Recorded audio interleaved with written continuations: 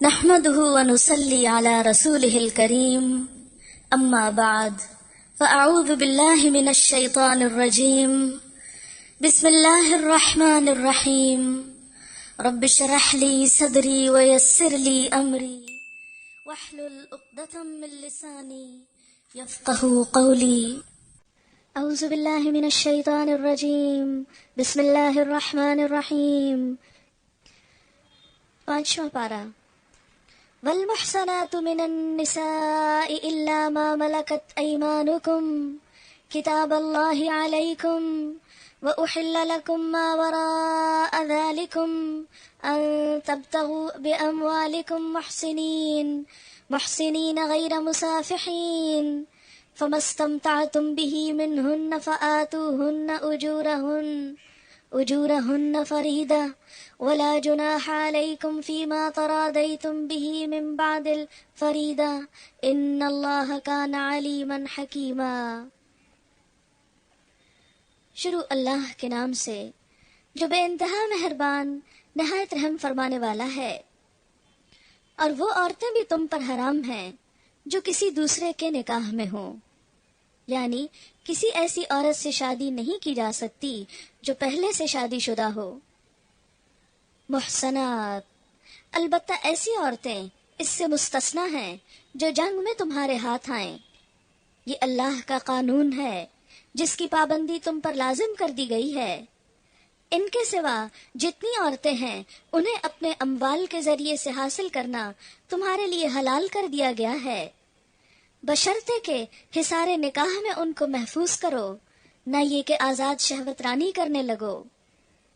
پھر جو ازدواجی زندگی کا لطف تم ان سے اٹھاؤ اس کے بدلے ان کے مہر بطور فرض کے ادا کرو۔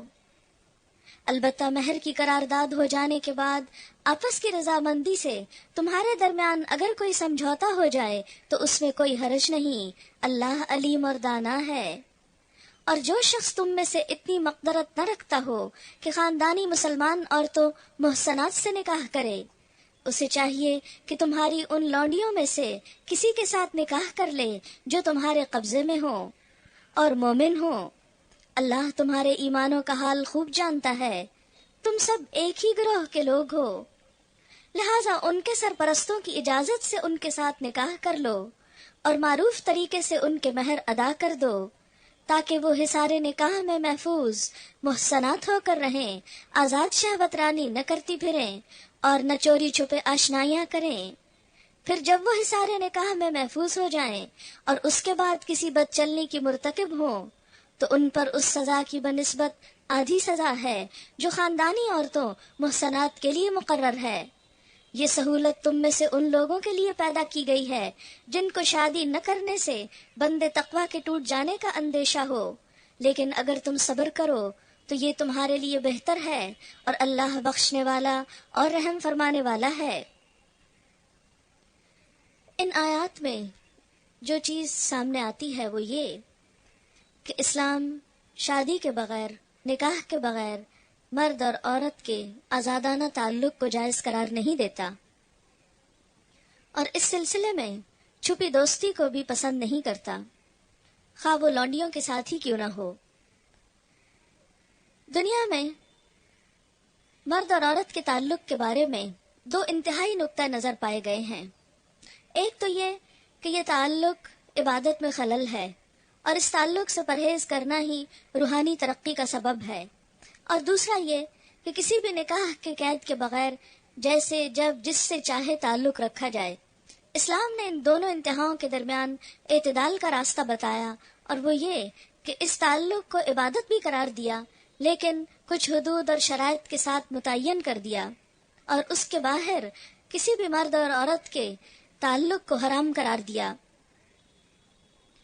کیونکہ اس سے خاندانی نظام تباہ ہوتا ہے اور معاشرے کے اندر کئی قسم کی خرابیاں پیدا ہوتی ہیں، گھروں کا سکون برباد ہوتا ہے،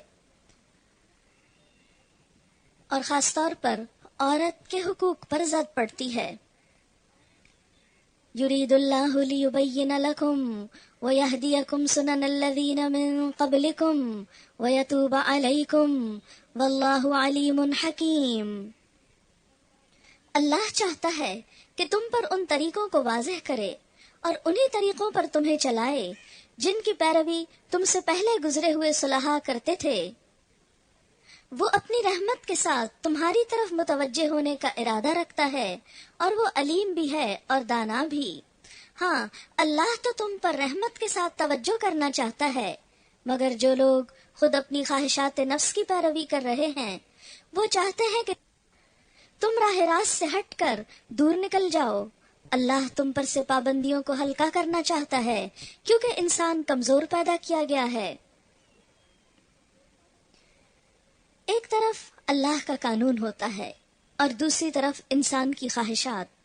بسا اوقات اپنی خواہشات پر عمل پیرا ہونا انسان کو بہت اچھا لگتا ہے اور اللہ کا قانون بہت مشکل لگتا ہے، لیکن حقیقت یہ ہے کہ اللہ کا قانون بندوں کو ستانے کے لیے نہیں بنایا گیا، بندوں ہی کی بھلائی کے لیے بنایا گیا ہے، اور اپنے اس قانون کو اللہ تعالیٰ بندوں کے ساتھ اپنی رحمت قرار دیتا ہے۔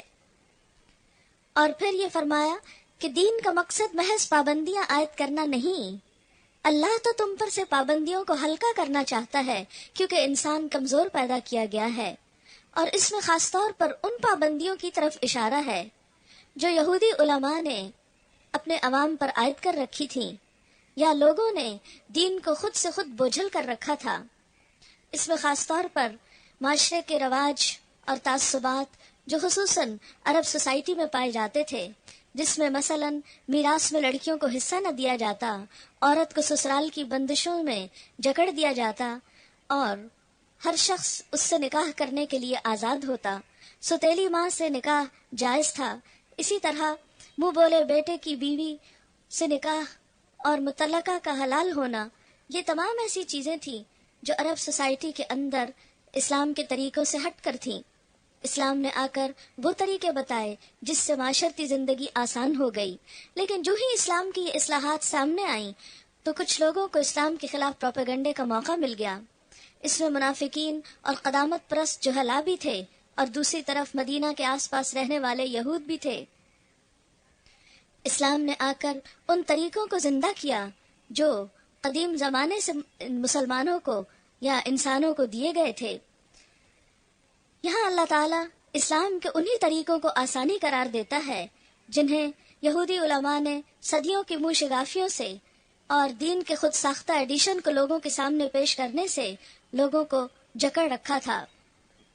پھر فرمایا یا ایھا الذین آمنوا لا تأکلوا اموالکم بینکم بالباطل الا ان تکون تجارۃ عن تراض منکم، اے لوگو جو ایمان لائے ہو، آپس میں ایک دوسرے کے مال باطل طریقوں سے نہ کھاؤ، لین دین ہونا چاہیے آپس کی رضامندی سے۔ باطل طریقوں سے مال کھانے سے مراد کیا ہے کہ تجارت کی بجائے لوٹ مار کے ذریعے مال حاصل کیا جائے، چوری، ڈاکہ، غصب، خیانت، رشوت، سود، یہ تمام ناجائز طریقے ہیں۔ اسی طرح ناجائز دباؤ کے ساتھ بیوی سے مہر معاف کرا لینا، ذخیرہ اندوزی کر کے اشیاء کو مہنگے داموں بیچنا، یہ تمام طریقے ناجائز ہیں جس سے دوسروں کے حقوق پر زد پڑتی ہے۔ فرمایا کہ تجارت بھی باہم رضامندی کے ساتھ ہونی چاہیے۔ وَلَا تَقْتُلُوا أَنفُسَكُمْ، اور اپنے آپ کو قتل نہ کرو۔ اس سے مراد کیا ہے کہ جب معاشرے میں مال کی تقسیم غیر منصفانہ طریقے سے ہوتی ہے تو قتل و غارت کا بازار گرم ہو جاتا ہے۔ اسی طرح اس کا دوسرا معنی یہ ہے کہ خودکشی بھی تم پر منع ہے۔ انسان کے پاس اس کی جان اور جسم اللہ کی امانت ہیں، ان کے معاملے میں بھی خود انسان اپنی مرضی سے تصرف نہیں کر سکتا۔ اگر کوئی شخص اپنی جان لینے کے درپے ہو یا اپنے جسم کو خود اذیت دینے لگے تو یہ بھی اللہ تعالیٰ کے نزدیک ناپسندیدہ ہے اور سزا کا موجب ہے۔ خودکشی اسلام میں حرام ہے اور ایسی موت کو حرام موت قرار دیا گیا۔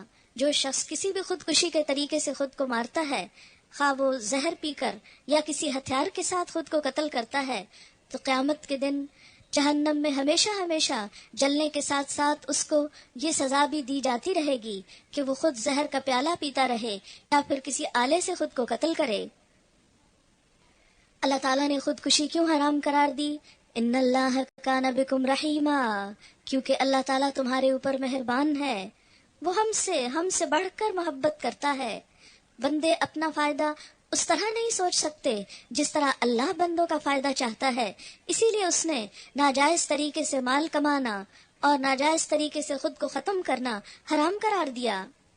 وَمَن يَفْعَلْ ذَلِكَ عُدْوَانًا وَظُلْمًا فَسَوْفَ نُصْلِيهِ نَارًا وَكَانَ ذَلِكَ عَلَى اللَّهِ يَسِيرًا، جو شخص ظلم اور زیادتی کے ساتھ ایسا کرے گا اس کو ہم ضرور آگ میں جھونکیں گے، اور یہ اللہ کے لیے کچھ مشکل کام نہیں۔